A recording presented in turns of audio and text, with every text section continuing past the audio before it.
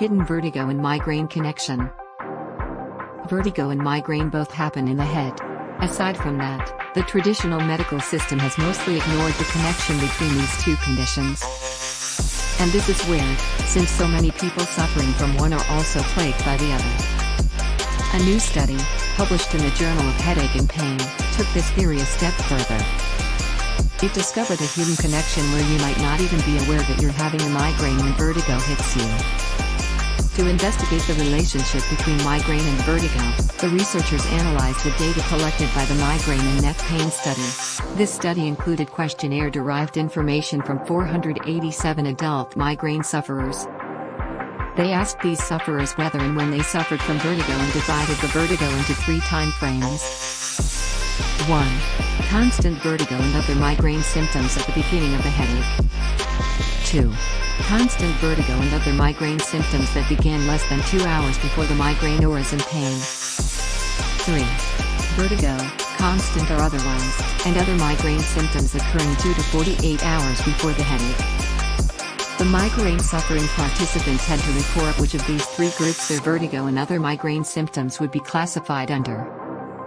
Altogether, 30% of people reported having vertigo at some point during their migraines.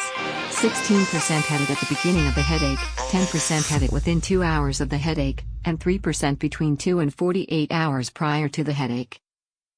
Both the groups whose migraines were accompanied by auras and people who suffered migraines without auras suffered vertigo in approximately the same amounts at the same times.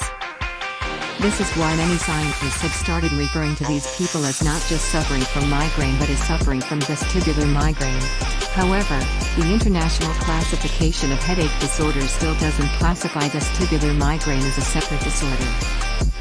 In this study, they estimated that 26% of their participants suffered from vestibular migraine.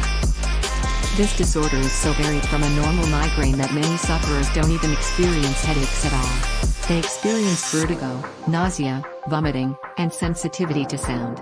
Therefore, they might not even realize that they are having a migraine attack.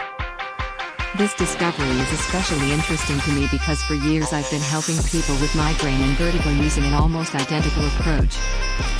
You see, both migraines and vertigo are caused by lack of blood flow up to and throughout the head and brain area.